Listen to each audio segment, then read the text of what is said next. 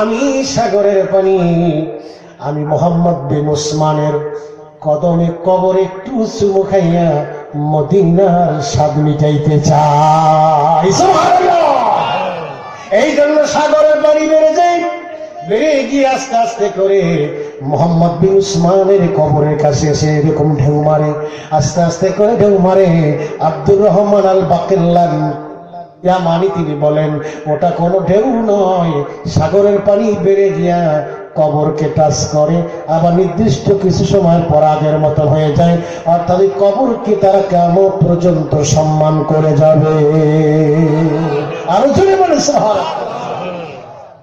6 দিনের যারা বানাইলো সেও অনুসরণ করে, 10 দিন 10 মাস 10 দিন যারা বানাইছে তারা অনুসরণ করে। ঠিক কিনা বলেন? কথাটা এসেছি, যদি তুমি আল্লাহওয়ালা হও পৃথিবীর সব তোমার গোলাম হবে, সব তোমার হাতের মুঠে হবে, কিন্তু আমরা এটা আজ পর্যন্ত বুঝি নাই। ঠিক কিনা বলেন? আল্লাহর নবী দয়াল নবী গো,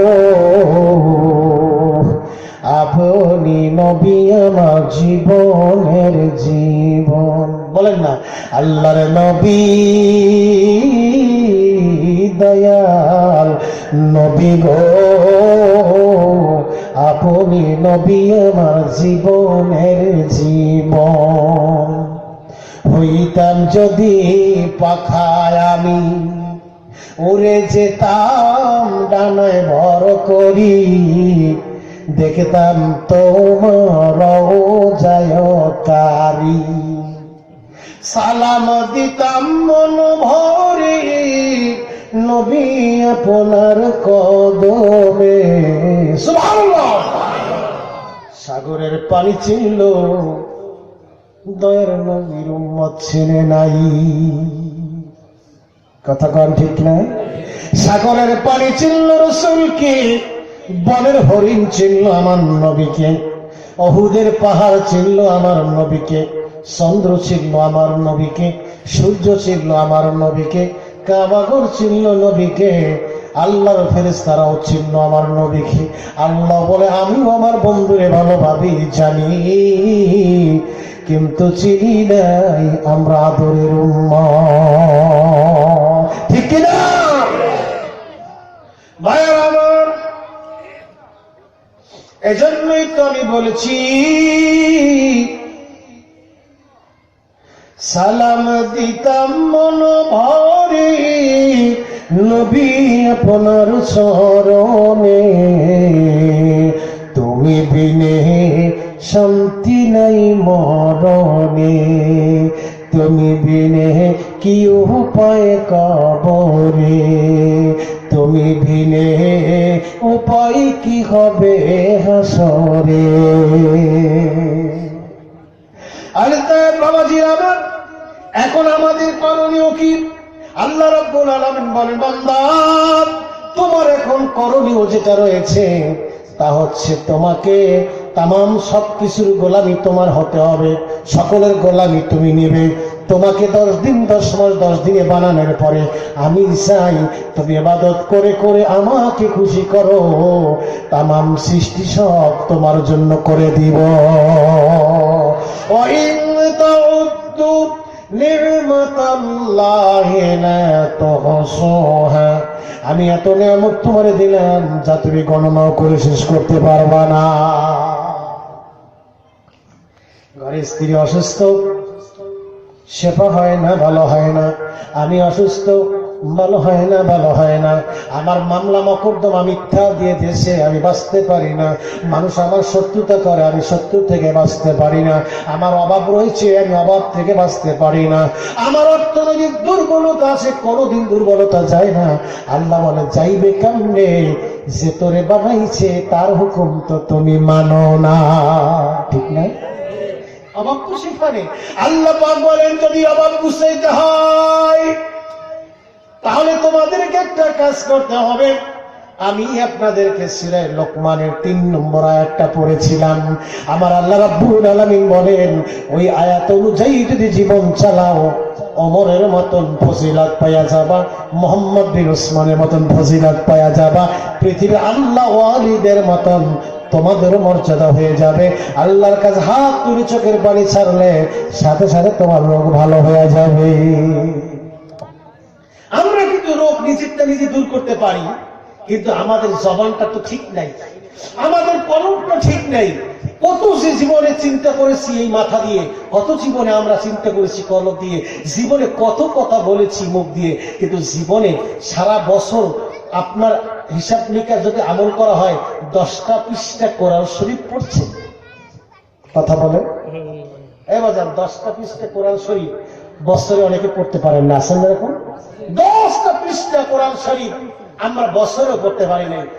10টা পৃষ্ঠা পড়তে একদিনে করি, 1 মাসে করি 10 মাস, 12 মাসে 12 পৃষ্ঠা, তাও আমরা পারি নাই।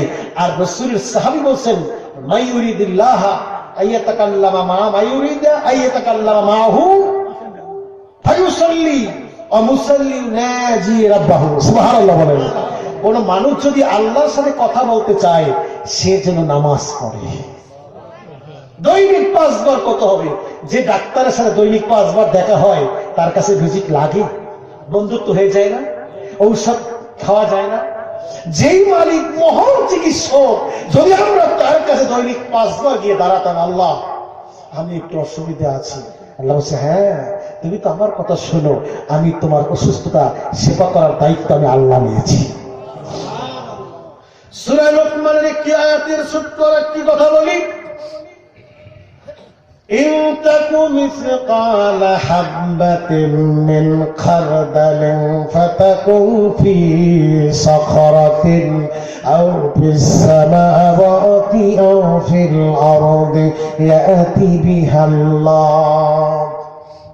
আমার গোলামেরা ভালো করে জেনে নাও, লোকমান তার ছেলেকে যত কথা বলেছিল তার মধ্যে এটাও বলেছিল শস্য দানার চাইতে ছোট যদি কোনো গুনাহ করে তাও আল্লাহর কাছে ধরা পড়বে, যদি বড় কোনো গুনাহ করে তাও ধরা পড়বে।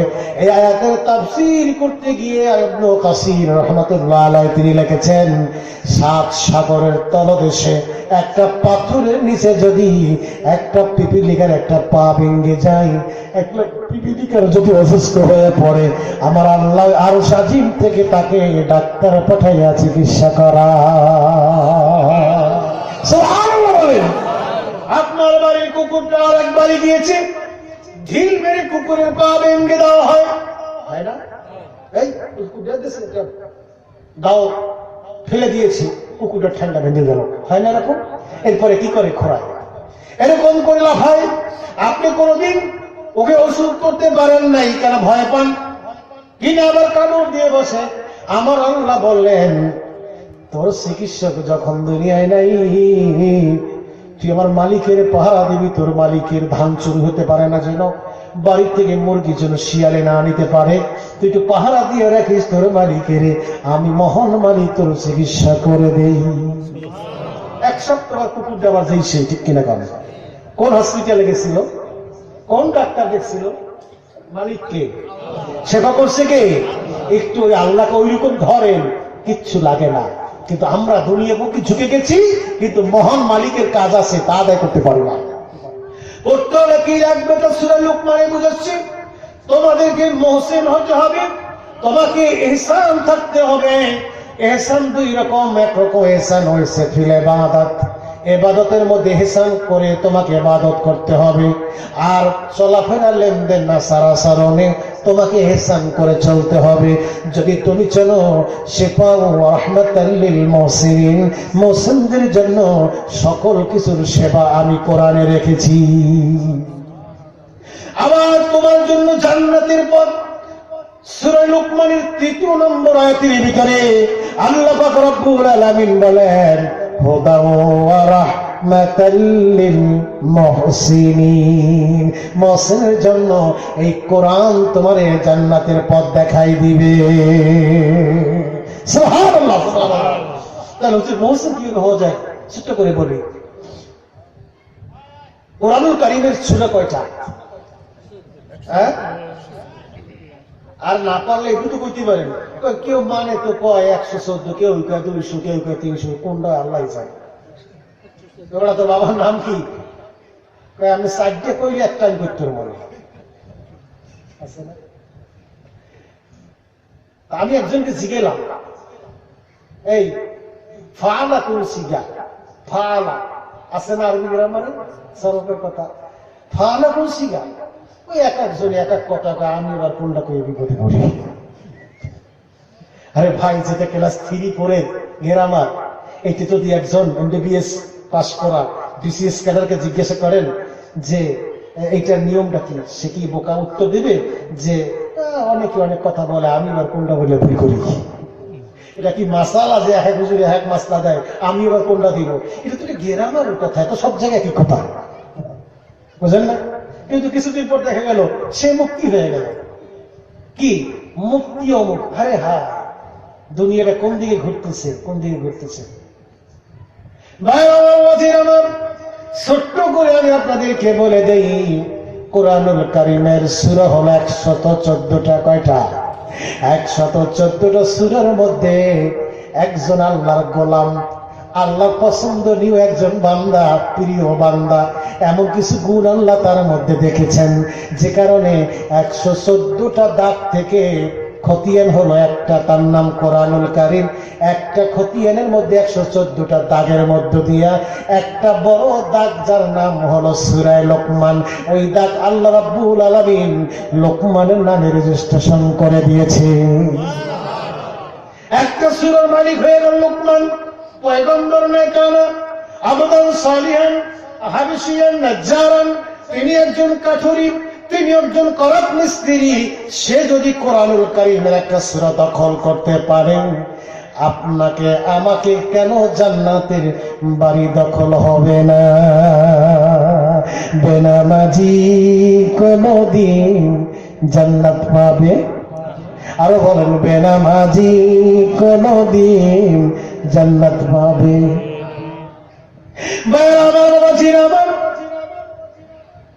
লোকমান আলাইহিস সালামকে দিয়ে আল্লাহ বললেন, আমি আল্লাহ পাক কিতাব বলে দিয়েছি হাকিম, তিলকা আয়াতুল কিতাবিল হাকিম। আমি আল্লাহ নিজের ব্যাপারে বলেছি ইন্নাল্লাহা আজিজুন হাকিম। আর লোকমান তোমারও করেছি লোকমান হাকিম। সুবহানাল্লাহ। উনি তো পয়গম্বর না, এত মিল রাখার কারণ কি? কিছু কোয়ালিটির কারণে ওনারা আমি নিয়ামত দিয়েছি, এমন হিকমত বিজ্ঞান দিয়েছি, এমন নিয়ামত আমি দিয়েছি, যার কারণে কোরআন একটা সূরা তার নামে বরাদ্দ করা হয়েছে। কারণ আলহামদুলিল্লাহ। কিসের কারণে? মালিকটাকে ডেকে বলল, তোমার কি কোয়ালিটি তোমার মধ্যে রয়েছে, যে কারণে তোমাকে আল্লাহ পাক এত নিয়ামত দান করে। মানুষের তোমার হাকিম বলে, হাকিম বলে। আমার কাছে পরীক্ষা দিতে হবে, পাস না করলে কোনো হাকিম চলবে না।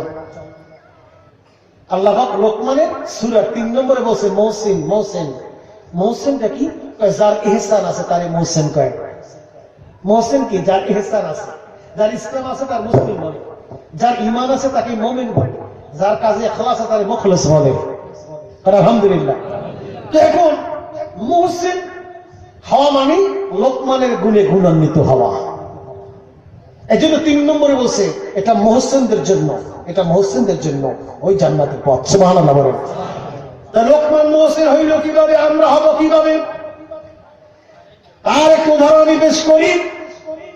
মালিক তাকে প্রশ্ন করেছেন, আমাকে প্রমাণ করে দেখাতে হবে তুমি কিসের বলে তুমি লোকমান হাকিম হয়ে গেলা।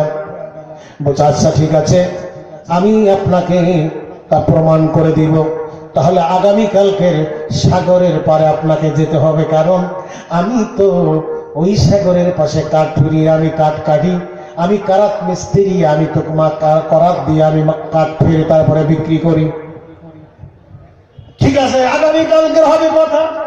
গভীর রাত্রে তিনি বাদশার বিল্ডিং এর উপরে খরম লাগাইয়া, খরম জোতা লাগাইয়া তিনি বাদশার ছাদের উপরে হাঁটতেছেন, ঠক ঠক ঠক করে।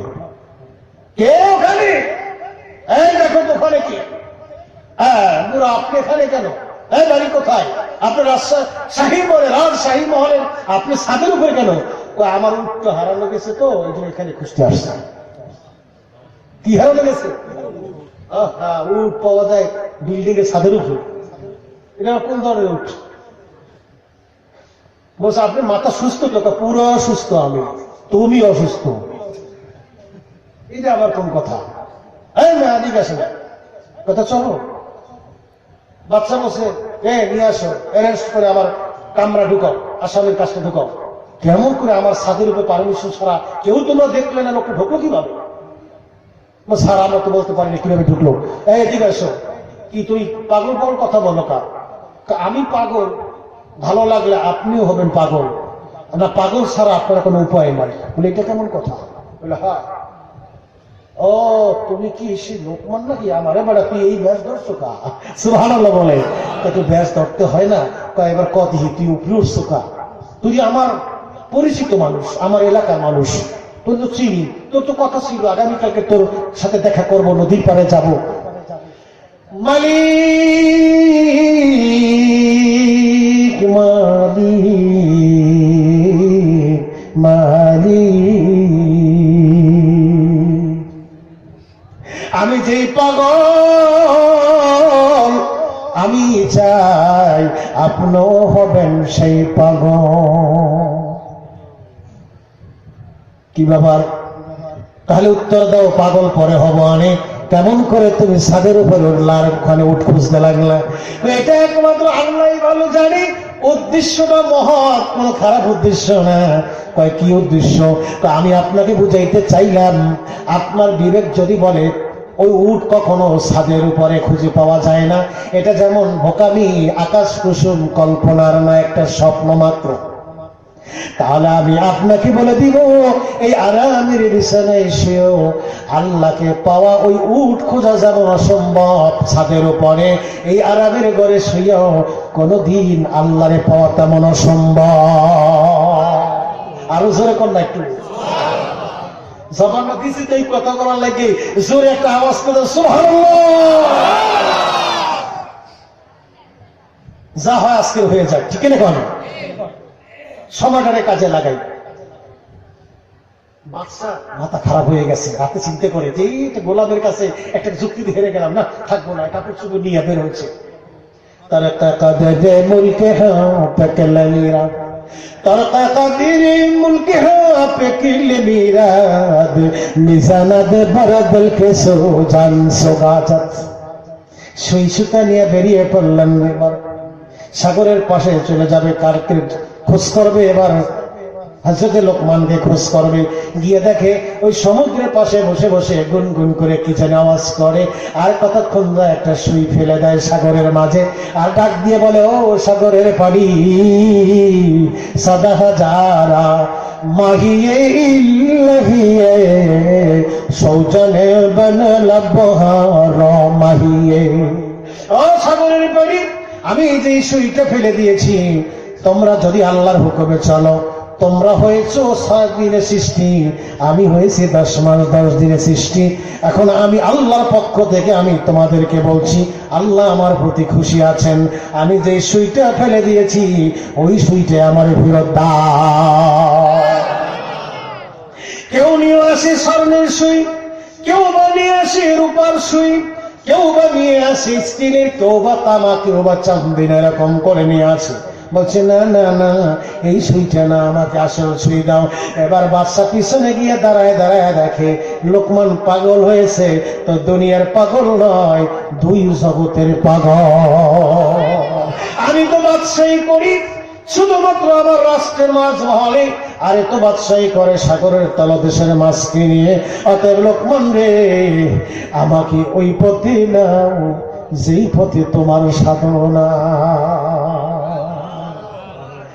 বেশ কম কম খানা খাবি, কথা হবে কম, ইবাদতে মজা পাইবা, দিল হইবে তোর মন। আলহামদুলিল্লাহ। সেনার শাশু পীর সারুদ্দিন রহমতুল্লাহ আলাইহির কথা, কম কম খানা খাবি, কথা হবে কম, ইবাদতে মজা পাইবা, দিল হইবে তোর মন। এই মন না হওয়া পর্যন্ত তো কাজ হবে না। লোকমান বললেন, তাহলে কি করব? আপনাকে আমি কি করতে পারি? কয় তুমি কিসের কারণে এই শক্তি লাভ করছো আমারও দাও। কয় সেটা করতে হলে তোমাকে একটা পরীক্ষা আবার নিতে হবে। বলে কি? কয় তাহলে তুমি আমাকে একটু পরীক্ষা করে দেখো। আমি পরীক্ষা করি কেমনি আমি হব। বলছে আমি কি করব? তাহলে তুমি একটা ছাগল জবাই করো। বাচ্চা বলছে কি ছাগল জবাই করো, আমি শেষ পরীক্ষা তোমার কইরা তোমার হাতে সুপর্দ হয়ে যাব। কি করব তাহলে বলেন? এরপরে আর কি করব? একটা ছাগল জবাই দিয়া তারপরে একটা ছাগলের মধ্য থেকে দুইটা ভালো গোস্তের টুকরা আমার নিয়ে আইসো। ভালো লাগলো।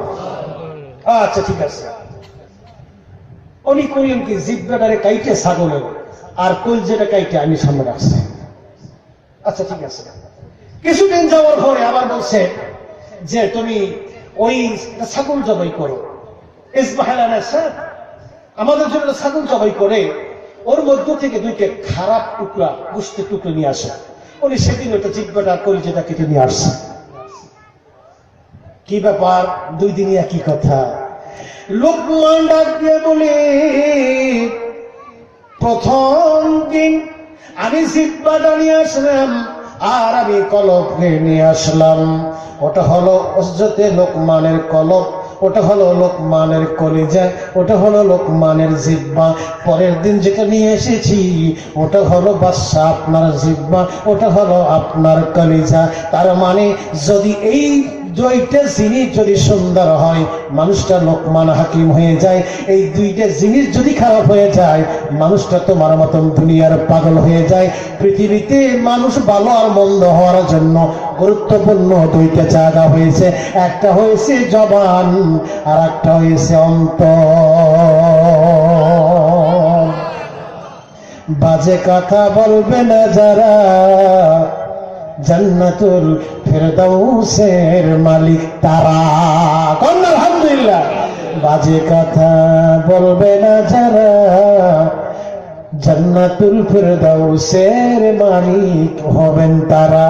আমার আল্লাহ নিজে বলেছেন, আল্লাযীনা হুম আনিল লাগwi মুরিদুন, যারা অনর্থক কথা বলে না। দোকান পাটের চার দোকানে এখানে সেখানে আহা কথা না আসলো একটা কথা উঠায়, ঠিক কিনা বলেন? উঠিয়ে তারপরে ওটাকে ব্যাখ্যা শুরু হয়, তারপরে ওটারে আদালতে নেয়। সুপ্রিম কোর্ট থেকে জজ কোর্ট থেকে মুন্সিফ থেকে জজ, জজ থেকে চলে যায় হাইকোর্টে, হাইকোর্ট থেকে নিয়ে সুপ্রিম কোর্টে, সুপ্রিম কোর্টে নিয়ে চা এক কাপ খাইয়া রায় দিয়ে দেয় কি ওটা দুনিয়ার খারাপ। আর মতো মানুষ আছে ঠিক হয়। আজকে সাহেব করেছে কোর্ট কাছারি আপনাদের আমাদের। কোনদিন জবান দিয়ে বলবেন না, যা পৃথিবীটা হোক আপনি চোখে পানি আনবেন। যেই দেখেন মুখ দিয়ে বাজে কথা আসছে এই কথাটা মনে রাখবে, হারে জবান জবান। আল্লাহ বলছে আমাকে সাথে সাথে চোখে পানি, আল্লাহ তুমি আমার হেফাজত করো, আমি দেখে মিথ্যা কথা বলতে চাইছিলাম। আল্লাহ বলবে প্র্যাকটিস কর 40টা দিন, প্র্যাকটিস করে তোর পথ দেখে দায়িত্ব সব আমার। একটু চেষ্টা করতে হবে, তাহলে বুঝা গেল কোন দুইটা জিনিস, এইটা আর এইটা। এটা দিয়ে লোকমান মহসিন হয়ে গেছেন। কি হয়েছে? মহসিন হয়ে গেছেন। এখন আমি আপনাদেরকে ওই তাফসীরের কথাগুলো আমি একটু রেডি করে শোনায় দিব। আল্লাহ রাব্বুল আলামিন বলেন, ও দুনিয়ার মানুষেরা, আমার নবীর কাছ থেকে তোমরা এবার কেমনে তোমরা ওই রকম আমলি আল্লাহ পাকের গোলাম হবে, এই জন্য আমি তোমাদেরকে একটা জিনিস শিখাই দেই। বলে কি? আমার রাসূল কি বলে নাই? হ্যাঁ আল্লাহ বলেছে। কি বলেছে? ইবাদতের মধ্যে একটা ইহসান আর চলাফেরা অন্য কাজে আর একটা ইহসান। এই ইহসান গুলো যারা রক্ষা করে সে হয় মহসিন, যে হয় মহসিন সে জান্নাতি। কি আমরা মহসিন হতে চাই? কারা কারা চাই? হাত থেকে নারায়ে তাকবীর। আল্লাহ তুমি সকল মানুষগুলোকে এমন আমল তুমি শেখাও যে এরা মহসিন হয়ে যায়। কোন আমিন। আল্লাহ বলছে যারা দুনিয়ায় ইবাদতের মধ্যে ইহসান, বলে হুজুর ইবাদতের মধ্যে ইহসান কি? কি শোনা লাগে না? আর কাজে কর্মে ইহসান কি? এটা করলে যদি জবানটার কলব ঠিক রাখিয়া যদি এই দুইটা ইহসান আদায় করতে পারি তাহলে আল্লাহ বলছে তুমি জান্নাতি। একটু বলে দেন আমরা সবাই জান্নাতি হতে চাই। কারণ না আমিন। একটু বলে দিব, কষ্ট হচ্ছে আপনাদেরকে। আর 10 মিনিট সময়, 10 মিনিট।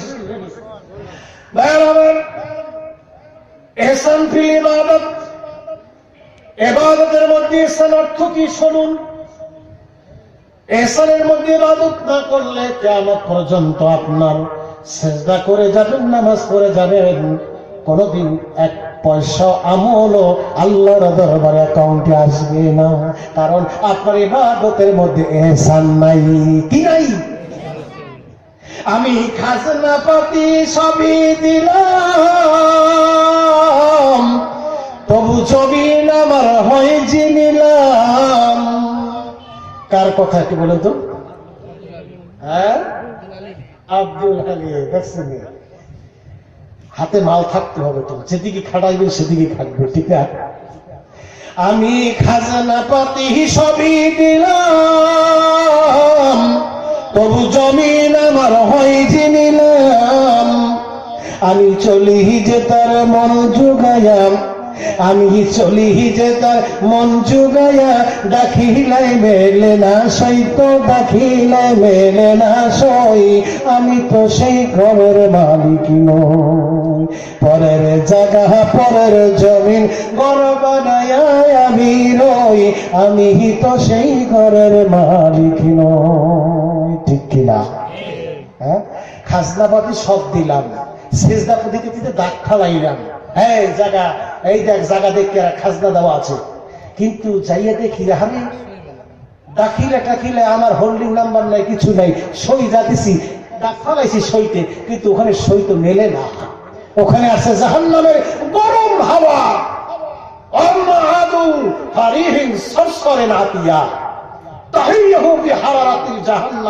জাহান্নামের গরম হিট দিয়ে বয়েল করে আমাকে বেসবল শাস্তি দিয়ে আমাকে কবরে নামাজ পড়ে ইয়া যা। আল্লাহ কয় না, দাখিলে সই মেলে নাই। কি মেলে নাই? নামাজ। যেই নামাজে ইহসান, সে সই মেলেছে, সে ওখানে গিয়েও দেখবে যে এই বাড়ি তো আমার। আলহামদুলিল্লাহ কন ভাই, আমার সই মিলে লাগবে তো। কিরকম? রাসূলুল্লাহ বলছেন, নামাজে ইবাদতে ইহসান মানে হলো এই, আনতাবুদাল্লাহা কাআন্নাকা তারাহু ফাইল্লাম তাকুন তারাহু ফাইন্নাহু ইয়ারাকা। তুমি নামাজ এমনি ভাবে তুমি ইবাদত করো, নামাজটা এমনি ভাবে আদায় করো যেন তুমি আল্লাহকে দেখে দেখে পড়ছো। আমি আপনাদের কাছে বলি, আপনি যদি ফাঁসির আসামি হয়ে যান, এবার সুপ্রিম কোর্টে আপনার বিচার রায়ের ঘোষণা হবে, সেই বেঞ্চের সামনে আপনি দাঁড়ায় থাকেন, ওই সময় যদি আপনার পিছন দিয়ে কেউ কানে কানে কোনো কথা বলে, ওই কথাটা কি কানে নেওয়ার সময় আছে? হ্যাঁ, আছে। আপনি যখন ফাঁসিতে যাবেন, ভীত হয়ে গেছেন, কানে কানে কি বললো তা এখন আর মনেই আসে না, ঠিক কিনা বলেন? আল্লাহ রাব্বুল আলামিন বলেন, নামাজে দাঁড়ানোর পরে, জোহর নামাজের পরে আসর নামাজ পর্যন্ত, ফজর থেকে জোহর পর্যন্ত, জোহর থেকে আসর পর্যন্ত, আসর থেকে মাগরিব পর্যন্ত, মাগরিব থেকে ঈশা পর্যন্ত, ঈশার পর থেকে ফজর পর্যন্ত, এর মাঝে তুই যদি কোনো আল্লাহ পাকের আইনের কোনো খেলাপ করে থাকো, নামাজটারে তুমি আসামি মনে করিয়া নামাজে দাঁড়াও। এমন তুমি আসামি হয়ে গেছো, এখন ক্ষমা হবে। ইন্নী যালামতু নাফসি যুলমান কাসীরা ওয়া লা ইয়াগফিরু যুনুবা ইল্লা আনতা ফাগফিরলি মাগফিরাতাম মিন ইনদিকা আরহামনি ইন্নাকা আনতাল গফুরুর রহিম। এই ক্ষমা যখন চাইছি সারেন্ডার, আল্লাহ কোন রায় দিবে বলুন তো? পাশ দিয়ে যদি কেউ মোবাইল বাজে, ওই দিকে কান দেওয়ার সুযোগ আছে? আছে? কথা বলে না, আসেনি? নামাজ পড়ে মোবাইল শুরু হয়ে গেল মসজিদে। এটা কি কাহিনী বলেন তো? একটা মানুষ ভুলে মোবাইলটা বেঁচে গেছে, বলবেন বাবা এইরকম আর করবেন না, তো ওই এক কথা ও এক কথা, শেষ পর্যন্ত মসজিদটা হয়েছে পাগলামের জায়গা, ঠিক কিনা বলেন? বিচারকের সামনে যেমন অন্য কথা শোনা যায় না, নামাজে দাঁড়িয়েছেন, মহান আল্লাহ রায় দিবে, এখন অন্যদিকে শোনা যাবে না, কে কি বলে তা শোনা যাবে না। এমন ভাবে নামাজ পড়ো যেন তুমি আল্লাহকে দেখছো, আসামি হয়ে দাঁড়াইছো, বাহিরের দিকে তোমার যাইবে না। যদি বাহিরের দিকে মন না যায়, আমার আল্লাহ বলেন ওই নামাজে মাওলার সাথে কথা হয়, আর ওই নামাজি বান্দা মুহসিন হইয়া যায়। এই ইহসান অর্থ হলো এমন ভাবে নামাজ পড়ো দুনিয়ার কোনো খেয়াল থাকতে পারবে। এর নাম হইছে ইহসান। এই ইহসান যার আছে সে হয় মুহসিন। কি হয়? মুহসিন। কথাগুলো মুখস্থ রাখবেন। আর মুহসিনের জন্য জান্নাত। আলহামদুলিল্লাহ। নামাজ পড়তে গেছেন, মন চলে গেছে বাড়িতে, নামাজ শুরু করেছেন, মন চলে গেছে দোকানে, নামাজ শুরু করেছেন, মন চলে গেছে বাজারের দোকানে হিসাব নিকাশে, নামাজ শুরু করেছেন, মন চলে গেছে টলারে যাব, নামাজ শুরু করেছেন, মন চলে গিয়েছেন খেতে যেতে হবে, নামাজ শুরু করেছেন, মনে পড়ছেন টাকা লইছি কি লই নেই, মনে পড়ছে কি পরে না, বাড়ি যাবো না দোকানে যাবো, নানান চিন্তা, আল্লাহু আকবার বলে নামাজ শুরু করছেন। এখন বলতে পারে হুজুর আমরা তো গরিব মানুষ, আমাদের তো দিনের চাহিদাটা বেশি, দুনিয়ার কর্মের চাহিদা বেশি থাকার কারণে আমরা তো ওইভাবে মন আনতে পারি না, তাহলে আমরা কি কোনোদিন নামাজ কবুল হবে না? কি প্রশ্ন আসে না? আল্লাহ বলেন হ্যাঁ হ্যাঁ আসবে, মুহসিন হতে হবে, ইহসান নিয়ে নামাজ পড়তে হবে। যদি সেইটা না আসে, আসার জন্য মনের টানাটানি করো। মন চলে গেছে বাজারে, মনটারে টান মারো নামাজে, মন চলে গিয়েছে বাড়ির ভিতরে, মনটা টান মারো বাজারের থেকে বাড়িতে, এবং নামাজে মন চলে গিয়েছে হাটে, টান দিয়ে আনো নামাজে।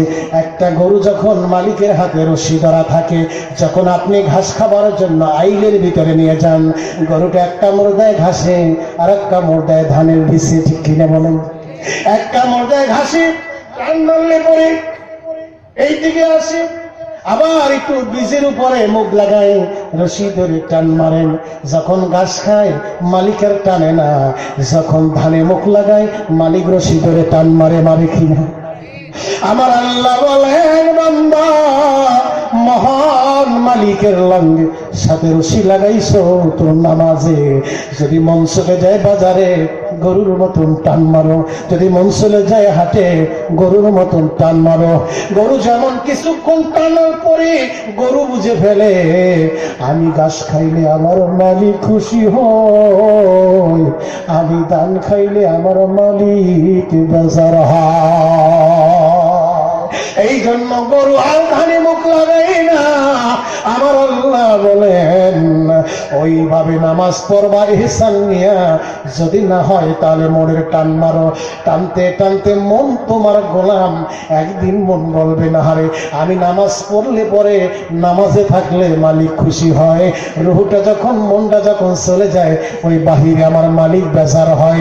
এরকম টাইনে টাইনে কিছুদিন নামাজ পড়লে দেখবেন আর গরুর মতো মনটা আর এদিকে সেদিকে যাবে না। আপনি লোকমানের বৈশিষ্ট্য আল্লাহর বলি হইয়া কবরে জান্নাতের নিয়ামত নিয়ে ঘুমাবে। আলহামদুলিল্লাহ। টানাটানির নামাজ পড়বে যারা, টানাটানির নামাজ পড়বে যারা, জান্নাতুল ফেরদাউসের মালিক তারা। قد أفلح المؤمنون الذين هم في صلاتهم খাশিউন। এই খাশিউন মানে হচ্ছে ইহসান নিয়ে পড়তে হবে, বিত হয়ে একমাত্র আল্লাহর দিকে। যদি না হয় টাইমে দেখে আসো। আল্লাহ রাসূল বলছে যদি মন বাইরে চলে যায়, মনটাকে ঠিক করার জন্য ডাবল সব পাইবা। সুবহানাল্লাহ। অর্থাৎ আপনি যে মিস্ত্রি টাইমে টাইমে যাবার মনটারে নামাজে আনছেন, আল্লাহ আমার মনটা গেল কেন, আমি কি করবো, টাইমে আন, তোর একটু বাড়াইয়া দিব মনে।